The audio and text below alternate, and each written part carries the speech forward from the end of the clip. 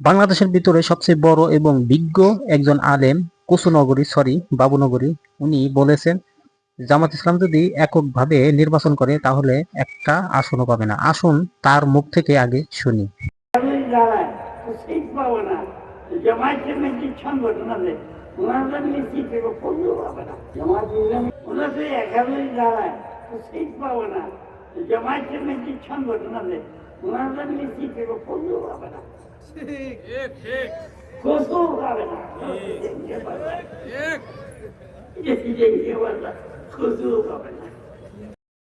এই হচ্ছে একজন বয়োজ্যেষ্ঠ আলেম, তার সামনে বসে আছে কতগুলো গাধামার্কা আলেম, তার কথায় হ হ ঠিক ঠিক আল্লাহু আকবার স্লোগানও দিচ্ছে।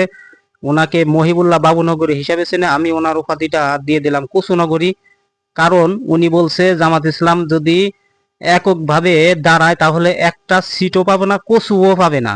কত বড় একটা হিংসাত্মক মারাত্মক ধরনের কথা বলেছে। অথচ যারা জামাতের ঘের শত্রু তারাও মনে করতেছে জামাত যথেষ্ট পরিমাণ ভোট পাবে এবং কিছু হলেও তারা সিট পাবে। একদম জামাতের যারা বিরোধী, ঘের বিরোধী, যারা কখনো জামাতকে পছন্দই করে না, তাদের মুখেরই কথা। আর এই আলেম বলতেছে, এই বয়োজ্যেষ্ঠ মূর্খ আলেম বলতেছে যে কচু পাবে না। একে মূর্খ বললাম এর কারণে এর ভিতরে কোনো এলেমই নাই। এলেম যদি থাকতো বর্তমান প্রেক্ষাপটে সাধারণ জনগণ চাচ্ছে সকল ধরনের সকল ঘরানার আলেমরা একসাথে হয়ে যাক এবং তারা আমাদেরকে একটা সুন্দর বৈষম্যবিহীন দুর্নীতি বা চাঁদাবাজ মুক্ত একটা রাষ্ট্র উপহার দিক।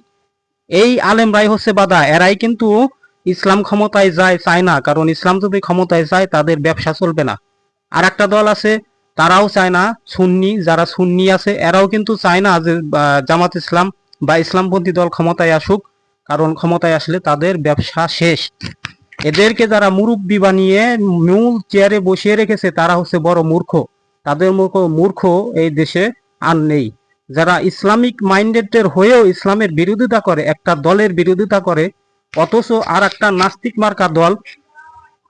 নাস্তিক মার্কা দলের দালালি করে, চামচামি করে, সেই দল ইসলামের বিরুদ্ধে কথা বলে, তাদের পক্ষে হয়ে কথা বলে, তারা কোনোদিনও আলেম হতে পারে না, তারা কোনোদিনও ইসলামী দল বা ইসলামিক সংগঠন হতে পারে না।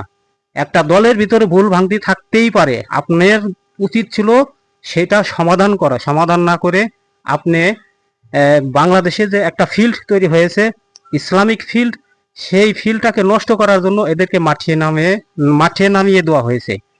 এদেরকে অবশ্যই বয়কট করতে হবে। এরাই হচ্ছে ঐক্যের যে একটা ঐক্য তৈরি হয়েছে, ঐক্য বিনষ্টকারী।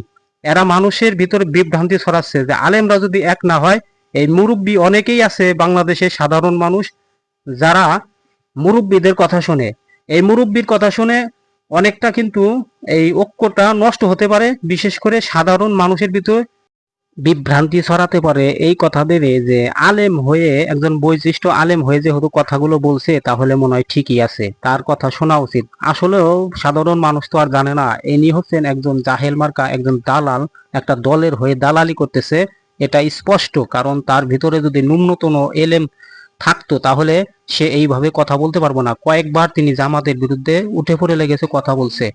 আর যে ঐক্যটা তৈরি হয়েছে এই দেশে তাদের ব্যতীত, এই ঐক্যটা যেন নষ্ট হয়ে যায় সে কিন্তু আপ্রাণ চেষ্টা করে যাচ্ছে। তাদের তাকে দিয়ে পিছন থেকে কল খাটি নাড়ছে অন্য একটি দল, যাতে ইসলামিক দলগুলোর ঐক্যটা নষ্ট হয়ে যায়। কারণ এবার যে ইসলামিক দল ক্ষমতায় আসবে এটা তারাও ভালো করে জানে। এর কারণেই কিন্তু তারা এই প্ল্যানগুলো নিয়েছে, এই আলেমদেরকে মাঠে নামিয়েছে। সুতরাং আমরা যারা সচেতন আছি অবশ্যই আমরা এই বিষয়গুলো দেখব, আমরা বেশি বেশি করে তাদের অপপ্রচারের বিরুদ্ধে সঠিকটা প্রচার করব, তারা যেন কোনোভাবেই সফল হতে না পারে। যে ফিল্ড তৈরি হয়েছে আমাদের এই দেশে গত 54 বছরে, এরকম একটা ফিল্ড তৈরি হয় নাই। সাধারণ মানুষ যেভাবে আলেমদেরকে বা ইসলামিক দলকে সাপোর্ট করবে বা করবে বলে আশা করেছে, সেই আশাটা যেন বজায় থাকে, সকলে আমরা চেষ্টা করব। আর ভিডিওটি ভালো লাগলে অবশ্যই একটা লাইক দিবেন, চ্যানেলটি সাবস্ক্রাইব করে পাশে থাকবেন। আসসালামু আলাইকুম।